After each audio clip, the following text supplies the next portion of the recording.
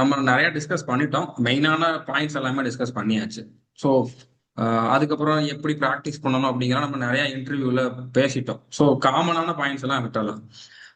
ஒரு சில முக்கியமான ஸ்டூடெண்ட்ஸ்க்கு தேவைப்படக்கூடிய பாயிண்ட்ஸை மட்டும் நம்ம வந்து பேசலாம்.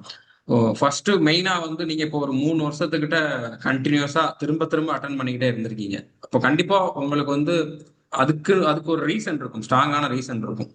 ஸோ உங்களை எது மோட்டிவேட் பண்ணுச்சு, இவ்வளவு நாளா வந்து கண்டினியூஸா எஃபோர்ட் போட வச்சுச்சு? அதுக்கு ரொம்ப பெரிய ரீசன் இருக்கு சார். ஆக்சுவலா கொரோனா டைம்ல வந்து அப்பாவுக்கு வந்து ரொம்ப உடம்பு சரியில்லாம போயிடுச்சு சார். ஸோ ம். வந்து நான் சென்னையில போயிட்டு படிக்கணும் அப்படின்ட்டு நான் காலேஜ் தேர்ட் இயர் படிச்சுட்டு இருந்தேன். அப்போ ம். வந்து ஃபினான்ஷியலா ரொம்ப வீக்கா இருந்துச்சு. அப்பதான் எனக்கு சென்னையில போய் தங்கும்போது சாப்பாடுக்கு சரியா காசு இல்ல. ம். ஒரு டேவே நான் வெறும் 40 ரூபாய் வச்சுதான் சார் ஓட்டுவேன். காலையில 20 ரூபாய்க்கு இட்லி, மதியம் 10 ரூபாய்க்கு அம்மா ஹோட்டல்ல சாப்பாடு, நைட்ல 10 ரூபாய்க்கு அம்மா ஹோட்டல்ல சாப்பாடு. அந்த பசினாலதான், ஓகே, அந்த பசி தான் எனக்கு ரொம்ப கத்து கொடுத்துச்சு. காசு வந்து எவ்வளவு இம்பார்ட்டன்ட், நம்ம வேலைக்கு போறது எவ்வளவு இம்பார்ட்டன்ட் அப்படின்ட்டு. ஏன்னா ம். 40 ரூபாய் வச்சு இந்த நாள்ல வந்து சென்னையில சர்வை பண்றது அவ்வளோ ஈஸியான விஷயம் கிடையவே கிடையாது சார். கண்டிப்பா, ரொம்ப கண்டிப்பா. கஷ்டப்பட்டேன். ஒரு டீ குடிக்க முடியாது, ஒரு காஃபி குடிக்க முடியாது.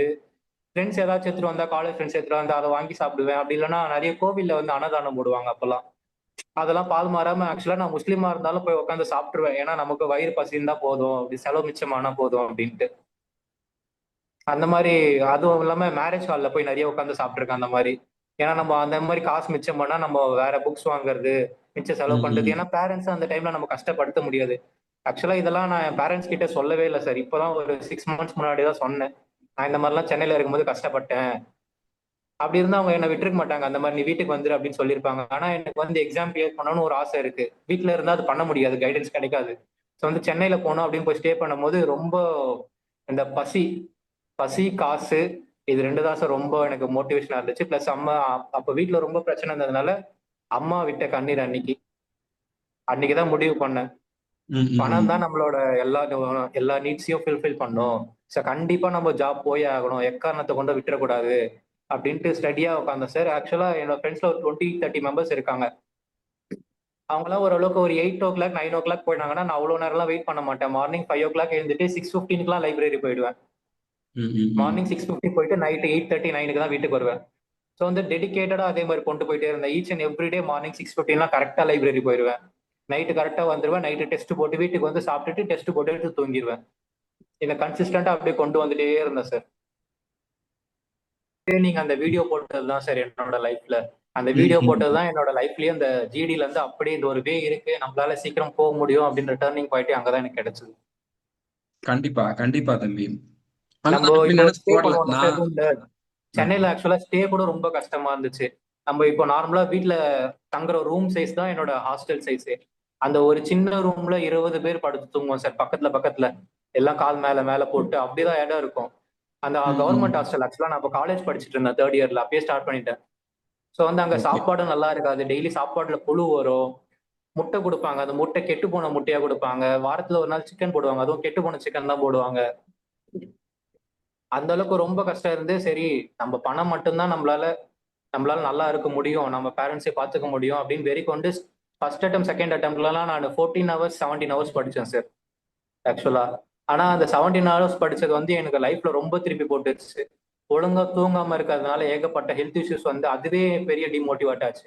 அதுல இருந்து கண்டிப்பா. வந்து ஸ்லீப் எவ்வளவு இம்பார்ட்டன்ட் ஒரு ஆஸ்பிரண்ட்டுக்கு, ஃபுட் எவ்வளவு இம்பார்ட்டன்ட் ஒரு ஆஸ்பிரண்ட்டுக்குன்னு கத்துக்கிட்டேன்.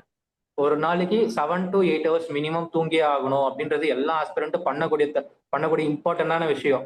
ஆனா நிறைய பேர் நான் படிக்கிறேன், நிறைய படிக்கணும் அப்படின்றதுனால தூங்காம படிக்கிறாங்க. ஆனா மிச்சம் இருக்க டைமை யாரும் கரெக்டா யூஸ் பண்றது இல்ல. நிறைய பேர் வேஸ்ட் பண்றாங்க.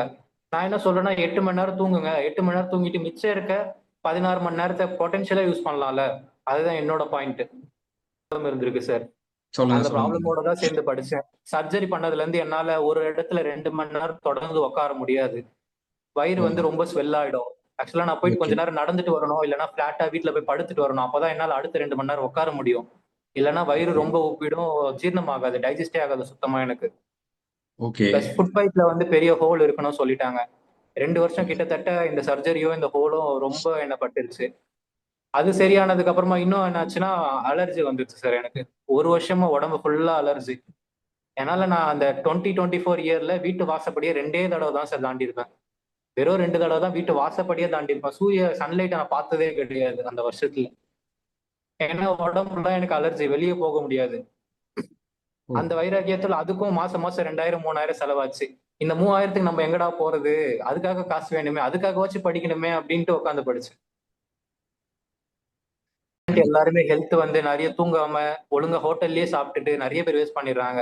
இந்த வீடியோ பாக்குறவங்க தயவு செஞ்சு ஹோட்டல்ல சாப்பாடுறத அப்படியே விட்டுருங்க இன்னையோட. தயவு செஞ்சு அங்க வீட்ல மெஸ் இருக்கும், அந்த மாதிரி யாராச்சும் காசு கொடுத்து சாப்பிடுங்க, இல்லைன்னா வீட்ல இருந்தாச்சும் படிங்க. தூங்குறத ம். கண்டிப்பா நேரத்தோட தூங்கிட்டு காலையில எழுந்து படிக்கலாம் பெஸ்ட். உங்ககிட்ட ஒரு பெரிய வைராக்கியம் இருக்கும் சார். ஒண்ணு மனசுல பிக்ஸ் பண்ணிக்கணும், இதனாலே எனக்கு அந்த ஜாப் வேணும் ம். அப்படின்ட்டு நம்ம தினம் தினம் அந்த கோலை வந்து யோசிச்சுட்டே இருக்கணும். அது வந்து நம்ம மனசை குத்திட்டே இருக்கணும். நம்ம வந்து ம். டெய்லி ரெஸ்ட் எடுக்கவே விடக்கூடாது அதை. நமக்கு இப்போ இதனால இந்த காசுனால நமக்கு இந்த வேலை வேணும், இல்லைன்னா எங்க அப்பா அம்மாக்காக இந்த வேலை வேணும்.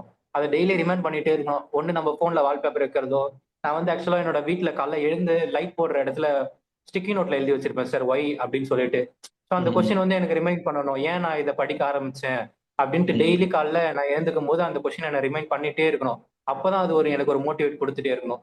ஸோ வந்து ஒரே ஒரு ரீசன் எடுத்துக்கோங்க, அதுக்காக டெடிகேட்டடா உட்கார ஆரம்பிச்சிருங்க. சூப்பர்.